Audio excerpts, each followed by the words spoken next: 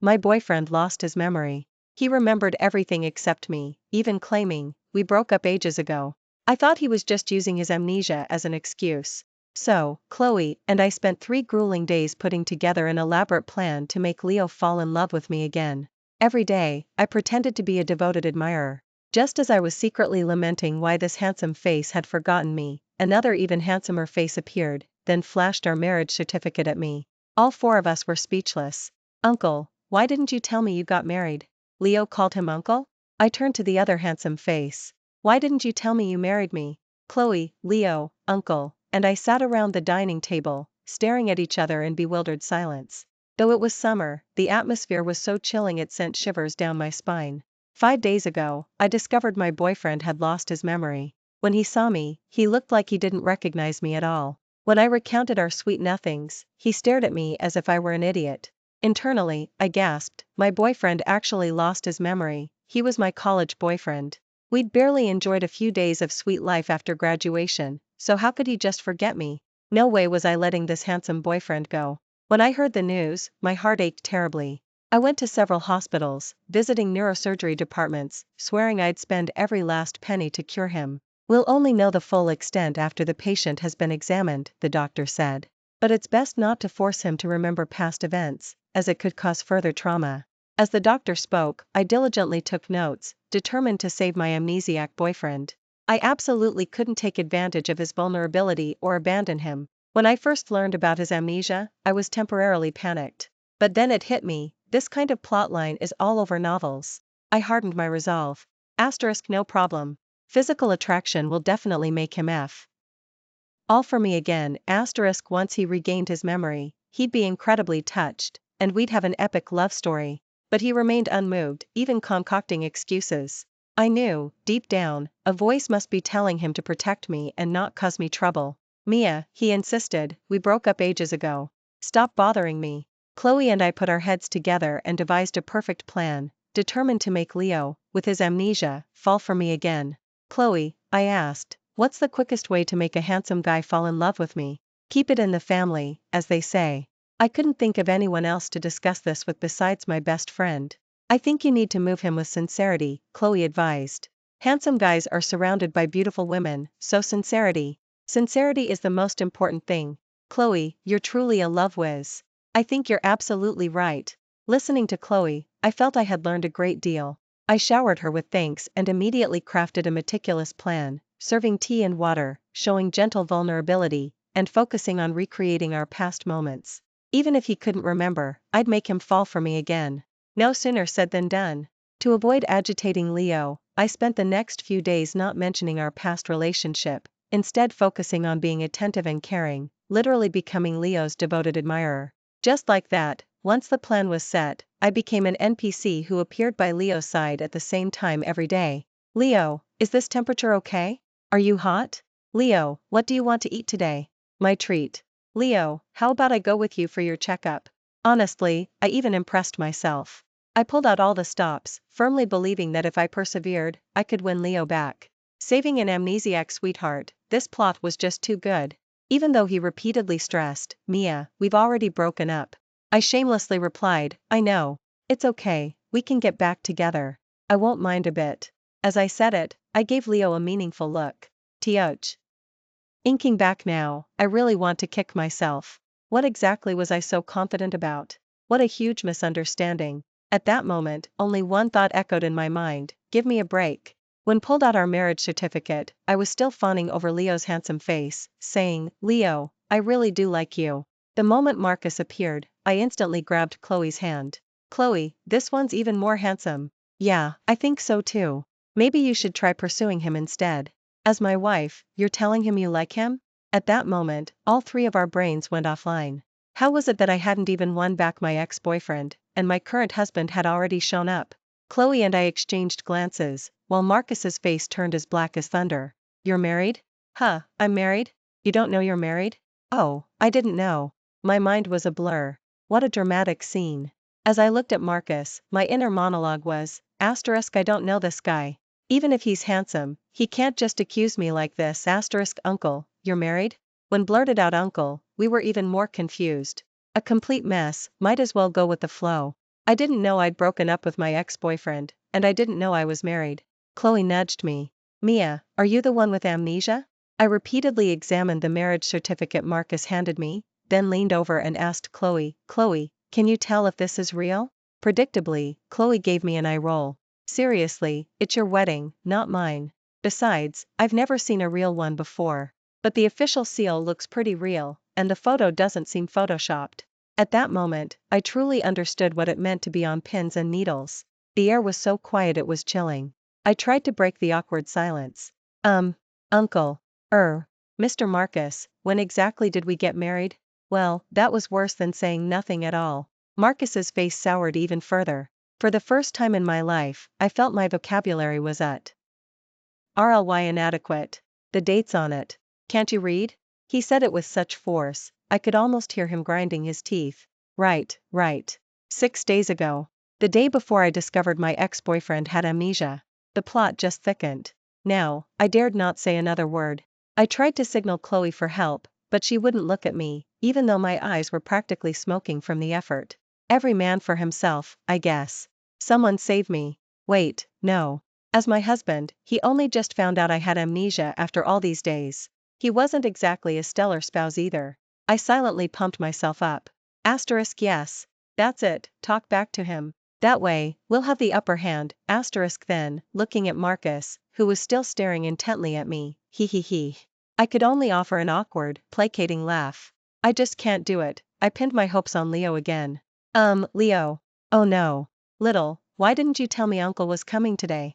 So sudden, ha ha ha ha. Before I could finish, Marcus interrupted me again. If you have nothing to say, don't say anything. How could a person with a normal body temperature say something so chilling? But I meekly responded, okay. One must know how to adapt to circumstances. Chloe shot me a pathetic look. Can having backbone feed you? This was the I was dealing with. What was the difference between this and being caught cheating? Fortunately, Marcus's anger quickly shifted to Leo. I finally breathed a sigh of relief. It's okay, every man for himself. Leo, why didn't I know you used to have a girlfriend like this? At that moment, Leo, despite his 1.85-meter height, had the presence of someone only a meter tall. Pathetic. When I was dating Leo, I'd heard of this uncle. Marcus and Leo weren't blood relatives. Leo was the son of the Yen family's housekeeper, they just happened to share a surname. But he grew up in the Yen household and was adopted as a godson. Leo's godfather, Yen, was a free spirit who didn't care much for the family business. Ut was very attentive to his son's education and deeply cared for Leo, introducing him publicly as his second son. Marcus, however, was the true head of the Yen family. Both and I had heard rumors of his decisive and efficient methods. Leo used to avoid him at all costs. Tycoon who often said things like, the wind is picking up, they should go bankrupt. When was little, he'd get scolded for even losing 2 points on a test. Another time, someone supposedly tried to climb into his bed, and he threw him out of the hotel stark naked. So, how exactly did I manage to reel in someone like that? But even now, I had to admit, Marcus was truly handsome. Long lashes, long lower lashes too. Not like me, I couldn't even get extensions to stick to my lower lashes. Leo was called out by Marcus for some unknown reason. Taking advantage of the moment, Chloe quickly sidled up to me. Girl, what's going on? This plot is absolutely explosive. Amnesia, then I fall for my ex-boyfriend's uncle? Spill, what happened? She was all gossip, completely oblivious to my impending doom. Girl, if I remembered what happened, I wouldn't be sitting here, Itty-kun's massive bed, okay? Now it was my turn to roll my eyes to the heavens. Gossip hounds are truly terrifying, a friend's life is a life too. So, Mia, you really have amnesia? How old are you now? 21, just graduated from college. Girl, you're 26. Then why didn't you stop me when I was pursuing Leo? Well, I didn't know you were married. After that conversation, I felt my heart sink even further. This was infidelity, wasn't it? And with my husband's nephew, no less. Leo naturally slinked away, abandoning me, his ex-girlfriend. And was no help either. Good luck, girl. If I were Leo, I'd probably want to kick myself right now. His ex-girlfriend shows up, makes a scene for no reason, and then he gets scolded by Uncle. He was suffering in silence. In the end, it was just Marcus and me for dinner. I can honestly say it was the worst meal I'd ever had. The air was so cold my hand trembled as I picked up food. I swear, it was genuinely cold, not because Marcus intimidated me. If you doubt the authenticity of our marriage certificate, you can ask your parents. If that's not enough, we can find officials to confirm it. Hehe, no need, no need.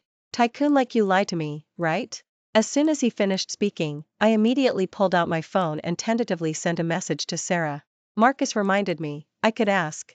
Sarah, are Marcus and I coming home for dinner tonight? Sarah instantly replied, okay, what time? I was just thinking of you too. Does have any dietary restrictions? My knew about my marriage too. Dear, forget what he eats, right now. I wanted to poison myself until I was speechless. I seem to have really messed things up. Marcus stared at me. My mom, Eleanor is asking us to come home for dinner tonight, haha. Does know you have amnesia? Does she know you cheated before your marriage certificate was even warm? Aren't you afraid of being exposed if you go home now? What a set of rapid-fire questions. I was indeed scared, and I certainly didn't want to be exposed. Sarah, Marcus has to work late tonight. He said we'd come back another day, though I felt bad, I had to pin this on him. It's fine, he's my legally sanctioned husband. It's an honor for him to take the blame for me. At the same time, I suppressed my inner questions, telling myself to be patient. Even though I desperately wanted to rush up and ask him how we got married. But seeing Marcus's stern face, I reined in my curiosity. It felt like asking such a question would get me beheaded. As a law-abiding citizen, I cherished my life. Reading the room? I was a master at that.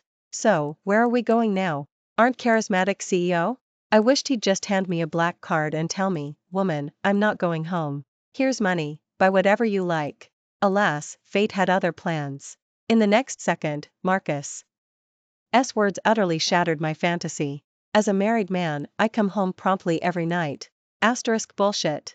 He hasn't been home for days. But I only dared to think it, I wouldn't dare say it aloud. I strongly suspected he was implying something about me, but I had no proof. This is tough for me, someone tell me what's going on. And so, I still boarded Marcus's pirate ship. After all, he was legitimately my husband, so I couldn't really refuse. But I couldn't help but sigh with emotion. He was even more handsome than Leo. Looks like my taste hadn't faltered after all. Not a bad deal. However, he didn't take me back to our home. Instead, we went directly to the hospital. Standing in the hospital lobby, I still tried to resist. For some reason, a voice deep inside told me this hospital was not where I wanted to be. Mr. Marcus, I really don't think I'm sick. Let's go home. Marcus gave me a look as if I were an idiot. You should still get checked out, you're starting to talk nonsense. But I had to admit, he was incredibly considerate. He handled registration and waited in line, while I just hung around like a useless accessory. Tycoon. Mr. Marcus, don't big charismatic CEO, personal physicians, and bodyguards clearing the way when you arrive. I run an office, not a criminal enterprise, Mia. Apartment. Okay, I was forcibly silenced again. It wasn't my fault, I was missing 5 years of memories, yet he saw right through me. Don't worry, he added, even with those 5 years, your brain would still be full of these mischievous thoughts. I seriously suspected he could read minds. As expected, I ended up in the doctor's office. Marcus had me undergo every possible test except for a brain scan. Coincidentally, this was the same doctor I'd consulted about my ex-boyfriend's amnesia. Young lady, you're back again. Is this your boyfriend? Why haven't his amnesia symptoms improved? No worries, let's do a checkup today, I'll take a good look at him. Doctor, please. Stop talking. I felt Marcus's gaze boring a hole right through me. Amnesiac boyfriend? I quickly tried to play it off. This topic absolutely couldn't continue. Doctor, you're mistaken, haha. The first time I came, it was me. I'd forgotten some things. This is my husband. The moment the word husband left my lips, Marcus's expression visibly softened. Well, Tycoon wasn't so hard to appease after all. After being put through the ringer at the hospital, they did indeed find the cause. I had a very noticeable lump on my head from some unknown impact, and a slight intracranial bleeding. This might be the cause of the nerve compression. Marcus looked even more worried than I did when he saw the results. Will this require major surgery? For now, we'll observe it. The bleeding area is small, and the clot isn't large. I'll prescribe some medication. Go, take your medicine on time, and get plenty of rest. It's best if your body can metabolize it naturally. With the cause identified, I temporarily breathed a sigh of relief. Did you get into a fight? I don't remember. What did you do the past few days? I don't remember. What do you remember? This was met with a massive eye roll from Marcus. Honestly, when someone's handsome, even their eye roll looks good. I was being completely honest, bro. If I remembered, I wouldn't be here right now. So, what do we do now? Home. Finally, apartment. I was so nervous I kept swallowing. Surely, I wasn't going to be sharing a bed with this unexpected husband tonight, was I? My thoughts drifted further and further away. Asterisk, how far have we gone? There won't be anything R-rated tonight, will there? TSK, charismatic CEO. I wonder if Marcus has 8-pack abs, asterisk, Mia, you're drooling. Huh? Marcus, you tricked me. This was the first time I'd seen Marcus smile. He had 2 deep dimples, and his eyes crinkled when he laughed. I had to reiterate, a face like that belonged on a plastic surgery mood board. Apart. Meant didn't show many signs of being lived in, it clearly had my preferred decor style. Plus, we'd only recently gotten married, so it was understandable. This made me even more certain that Marcus hadn't tricked me into marriage. It seemed my skills had greatly improved over the past 5 years if I could trick a catch like him into marrying me. But at the same time, a tiny worry crept in, could I really find the 5 years of lost memories? Where do I sleep? There's only one bedroom here. I left for a business trip the day we got our marriage certificate, so I haven't stayed here before. I just got back today. Mia, you wouldn't make me sleep on the sofa on our wedding night, would you? Doesn't your study have a bed? You apartment. This was clearly me shooting myself in the foot, but with that face, I thought, I can do this. I secretly cheered myself on. Asterisk, I'm legitimately his wife. We're legal, asterisk, my good fortune didn't last. That very night, Marcus pulled out a video from a bar, completely upending my world. Mia, if you can't explain this, you're sleeping in the hallway tonight. In the video, I was clearly blackout drunk, winking at a handsome guy pole dancing on stage, then confidently strutting straight towards the center of it. I was even shouting, Marcus, come quick, I have money. I want to keep you, come home. Though drunk, I was surprisingly coherent. Then, bang, I crashed right into the pole. The location matched the lump on my head. So, case solved. Flirting with an ex-boyfriend while married could be blamed on amnesia. But publicly hitting on a handsome guy at a bar? That was going to be hard to explain. Amnesia itself was already outlandish. Now, the reason for my amnesia was even more unspeakable. Mia, explain this. Did you lose your memory that very night? I felt like Marcus's words could literally kill me. Misunderstanding. I must have already had amnesia then too. There must be a misunderstanding here. The T definitely wasn't me. After we got our marriage certificate, you either went out to eat or stayed at the bar. Do I need to pull up all the surveillance footage for you to see? Marcus moved closer and closer to me. I could feel the rise and fall of his chest as he cornered me on the bed. But in that intimate position, I felt no romantic sparks whatsoever. Only blood-red danger. My spine just went cold. Or perhaps the chef at the restaurant poisoned you? Should we go back and investigate? No need. I tried to wiggle out of Marcus's embrace. Instead, he grabbed the nape of my neck, and I stumbled, falling directly onto the floor. Predictably, my head once again made intimate contact with the ground. I remembered nothing else. If you've got a guilty conscience, why run? I wanted to argue, but my mind clouded over, and I lost consciousness. When I woke up, my brain exploded with a buzz, and my head throbbed excruciatingly. Unfamiliar ceiling, unfamiliar sheets, and love sitting on the nightstand. Marcus studying love psychology? Tycoon. I shot up, the blanket slipping off, and found myself wearing an obviously oversized black t-shirt. The loose neckline slid down to my shoulder, revealing suspicious red marks on my collarbone. The door suddenly opened, and Marcus walked out, drying his hair. Water droplets trailed down his 8-pack abs and disappeared into his waistband. 8-pack abs, sculpted physique, Sarah, I'm ready again. I thought to myself, Sarah, I really want to commit a crime. His gaze landed on my flustered face, and he raised an eyebrow. Awake? Oui. I looked at him, then at myself, and a perfect plan sprang to mind. You're not going to try to say you have amnesia again, are you? The doctor checked, it's nothing serious. Just rest up these few days. How did he know what I was going to say? I thought I could play the damsel in distress again and sneak by. Seeing my silence, he gave me another eye roll. We're legally sanctioned. Spouses. It was just a change of clothes. He tossed the towel aside with a look of disdain. I began hesitantly, the bar thing. We'll talk about it when you're better. He cut me off, walking straight out of the bedroom. I'll sleep on the sofa tonight. I apartment today. Call me if you need anything. Watching his retreating back, I let out a long breath. It seemed I had narrowly escaped for now. After getting up, apartment. The apartment was large. On the refrigerator in the open-plan kitchen, there was a sticky note with Marcus's neat handwriting. Milk is on the second shelf. Remember to warm it before drinking. The door was ajar. I secretly pushed it open. A whole wall of bookshelves, and on the desk, neatly arranged files and a laptop. Tycoon. I wasn't sure if it was the medication or if I was just too tired recently. That night, I slept for a long time in a daze. Half awake, I felt Marcus's proximity. For some reason, I developed a high fever during the night. I woke up to find a steaming cup of honey water on the nightstand. A sticky note was tucked under the glass, Marcus's handwriting pressed firmly. Take your medicine again at 8 o'clock. I held the cup and sipped slowly. The sweetness was just right, soothing my throat without being cloying. Raindrops were tapping against the window pane when the bedroom door suddenly creaked open. Awake? Marcus walked in, carrying a tray. His black turtleneck sweater accentuated his sharp jawline. Drink your porridge. On the tray was clear, glistening chicken and rice porridge, garnished with vibrant chopped green onions. You had a high fever last night. Does your head still hurt? I took a spoonful, and the savory aroma instantly blossomed on my tongue. When I looked up, I noticed a band-aid on his right index finger, and his cuff was damp. You made this? I gasped, almost biting my tongue. Apartment? He sat on the edge of the bed, adjusting the 4 poles height, his eyelashes casting fine shadow. Douse in the light. Brenda went back to her hometown. As he spoke, he suddenly reached out and wiped a grain of rice from the corner of my mouth, his thumb brushing my lower lip ever so subtly. Besides, a patient should eat freshly cooked food.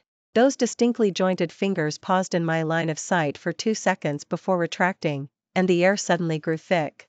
I hastily lowered my head to drink my porridge, but then I heard him chuckle softly. Slow down, no one's taking it from you. As the rain grew heavier, my fever flared up again. Marcus came in with a thermometer. The mercury column stopped at 38.2 degrees Celsius. No wonder I felt so lightheaded. Take off your clothes, he said, opening a cooling patch package, his tone as calm as if he were commenting on the weather. What? I immediately clutched my clothes tighter. Wasn't this moving too fast? And I was still sick. Maybe. To cool you down with alcohol. He waved an alcohol swab, and the scent of alcohol filled the air. Or do you want to burn up and become a dummy? My fingers, clutching my clothes, finally loosened. Becoming a dummy? No thanks.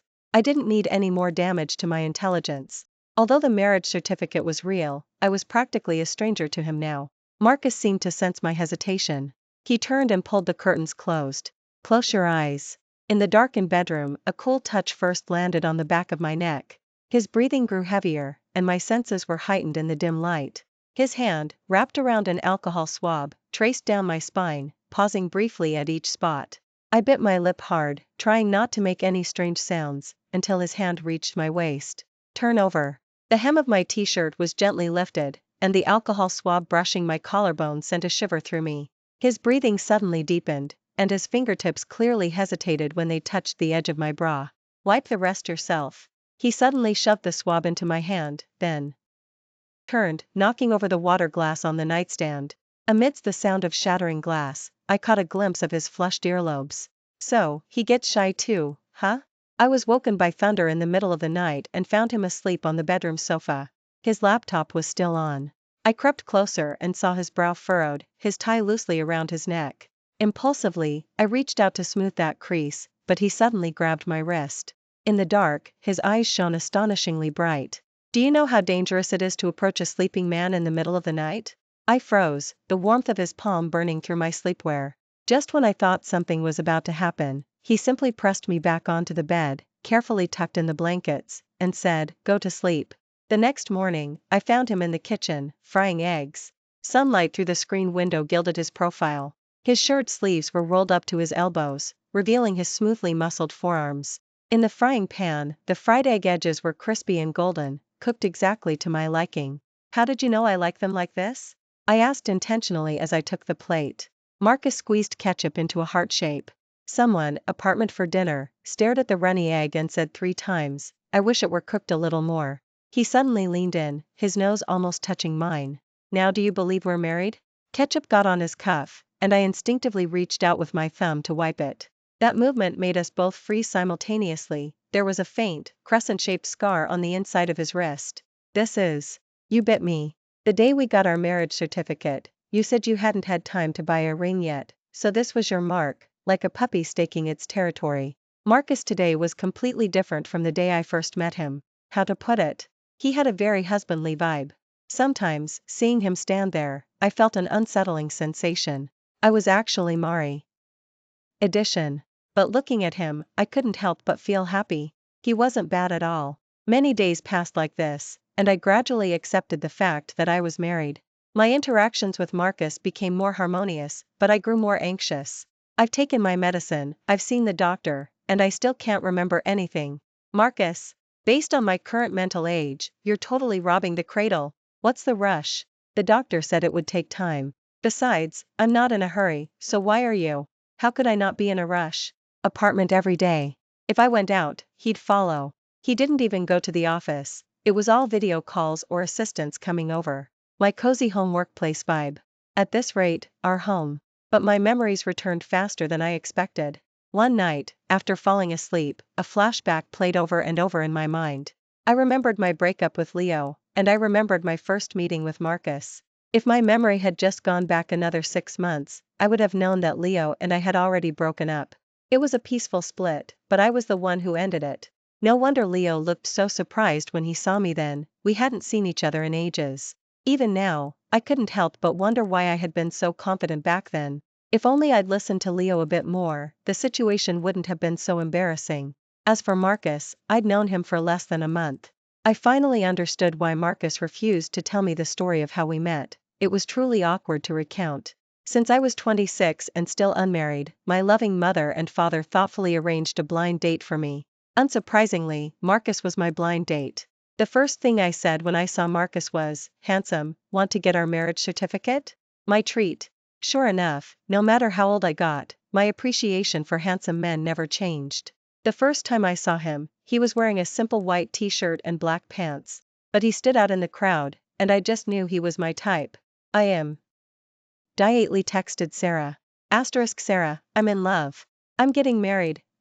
Just like that. On the very first day I met Marcus, I dragged him home. Adhering to the belief that my parents' choice for a blind date couldn't be bad, and given how exceptionally handsome he was, throughout their entire conversation. I didn't know what Marcus and my parents discussed, but everyone was very satisfied, my parents, Marcus, and me. Aside from hearing we'll get our marriage certificate next week, my entire attention was captivated by his face. Who says arranged marriage is bad? This was fantastic. I loved arranged marriage. After that, apartments, set dates, choose wedding gowns, and discuss personal matters. I just followed along and only needed to sign things.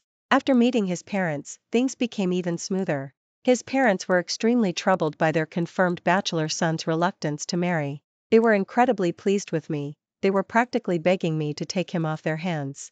They acted as if they were practically begging me to take him off their hands. So, on a bright afternoon, Marcus and I got our marriage certificate. However, he left for a business trip abroad that very day. That same evening, just as I was about to tell Chloe the good news, I got blackout drunk. Seeing a staff member on stage, I thought it was Marcus and crashed right into them. And that's how I ended up with a mild concussion and amnesia. Because of this, I confronted Chloe. How was I supposed to know what you were going to tell me? You said you wanted to pursue a man. I just thought you'd found someone attractive. So, you're really married? How's the married life? Is it harmonious?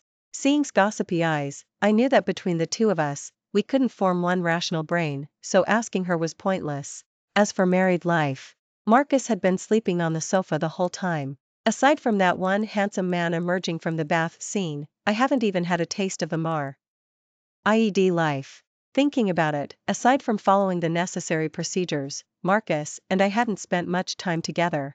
Apartment had, however, made me more reliant on him. Marcus quickly realized my memory had returned.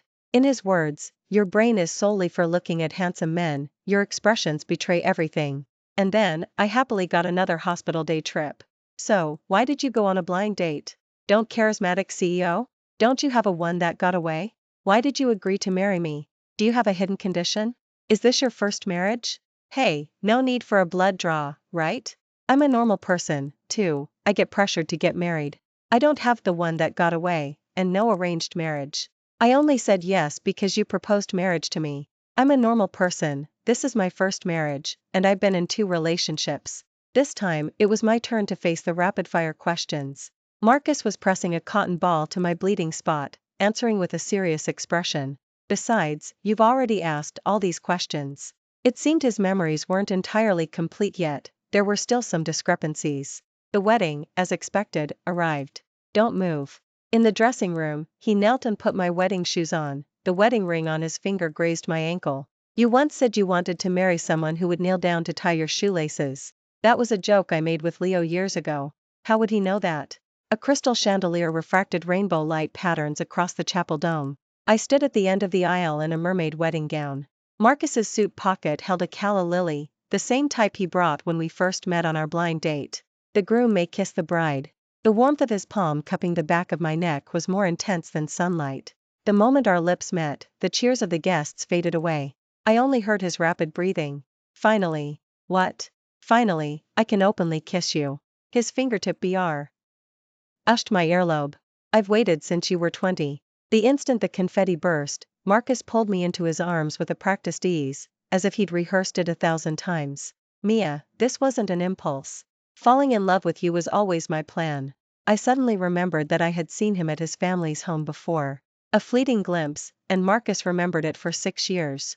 My biological clock woke me promptly at 7, and Marcus's side of the bed was already cool. The sizzling of bacon drifted from the kitchen. I padded barefoot across the wool rug, seeing him use his hand, adorned with a wedding ring, to flip a sandwich. Doctor's orders say that concussion patients need bed rest, he said, without turning, yet accurately catching me snatching a blueberry. Especially repeat offenders who sneak glances at their husband's sleeping face in the middle of the night. I hugged him from behind, a blueberry still in my mouth, my cheek resting against the hollow of his back. Mr. Marcus, how are you planning to punish your patient? The frying pan suddenly tilted, and a perfect fried egg slid onto a plate. He turned, lifting me onto the counter. The scent of mint toothpaste enveloped me. First, I'm confiscating the instruments of your crime. The instant his knee nudged into the slit of my nightgown, the doorbell rang. Package. A wedding gift. Marcus rested his forehead against my shoulder, taking a deep breath. I took the chance to hop down and open the package. Inside the box was a framed wedding photo. I stood on tiptoe to tuck a rose into his collar. The way he looked down at me was forever captured by my brush. You're really tempting, I've waited so long. His hand slid beneath my nightgown. Now it's time to collect interest.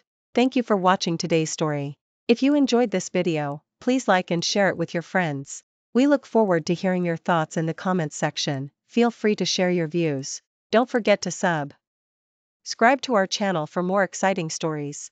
See you next time.